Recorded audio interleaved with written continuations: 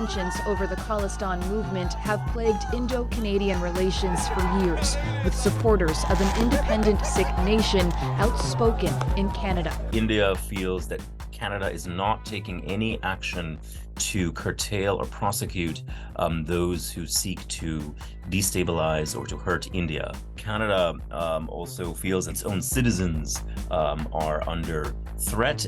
The Khalistan movement wants the creation of a Sikh state, including Punjab in northern India. Sikhs are a religious minority in India, but in Punjab, they're the majority.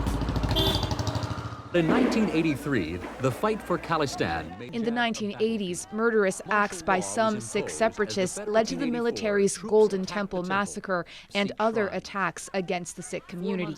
So there are many individuals in Canada whose family members may have been attacked or kidnapped or disappeared by the Indian state, and they are seeking out justice for those activities.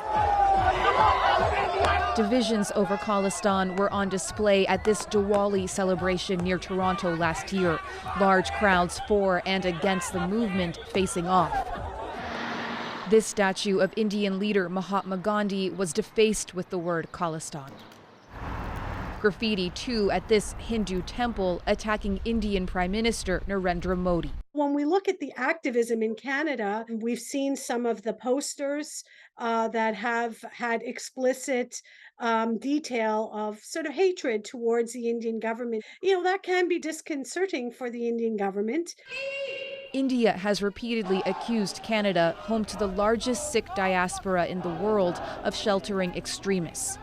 Sikh militants were blamed for the Air India bombing in 1985, killing 329 people, the worst terrorist attack in Canadian history.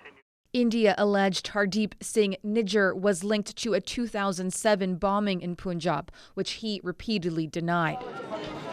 Before his death, Nijjar helped plan this unofficial Khalistan referendum, thousands of supporters lining up to vote at his temple in BC.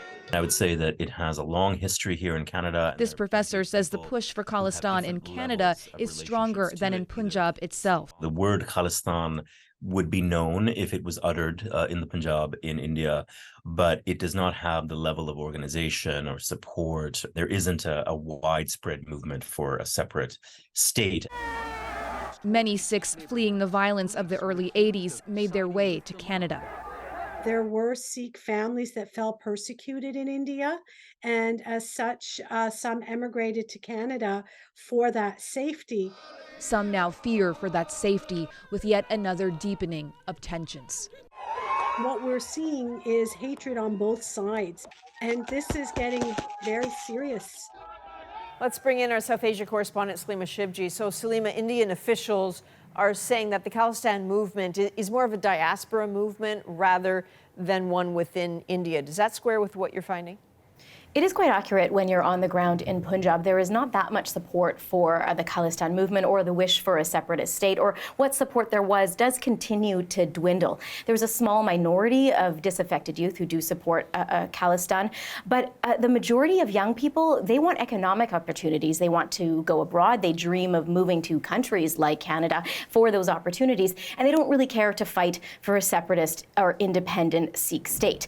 When you speak with older people, they remember the days of violence in the 1980s. So a lot of them say that they do not want to return to those dark days, they call them, to those tragic days you hear from a lot of people.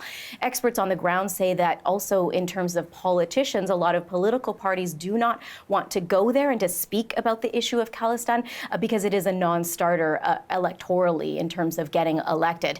Some say that how diaspora communities really view what's happening on the ground in Punjab are sort of frozen in time from a previous time. I'm curious about something. Given Canada's travel warning, among the Canadians that you encounter, are you sensing any sort of anxiety, if at all? There isn't much anxiety. I don't get that much. I don't get asked about it that much as well. But of course, India is a very big place and very diverse. There is some anger when you do speak to some Indians on the ground, and a little bit of annoyance when they talk about the issue about Khalistan and about Canada, in particular about how they think the Canadian government is dealing with the Khalistan movement in Canada and those elements. So the sense from some Indians here that the Canadians are not really dealing with it, of course, they get their view of that from what the Indian government is saying repeatedly about what they see and what they do not like about what they see about what's happening in Canada. All right, Salimah Shivji in Mumbai, thank you. You're welcome.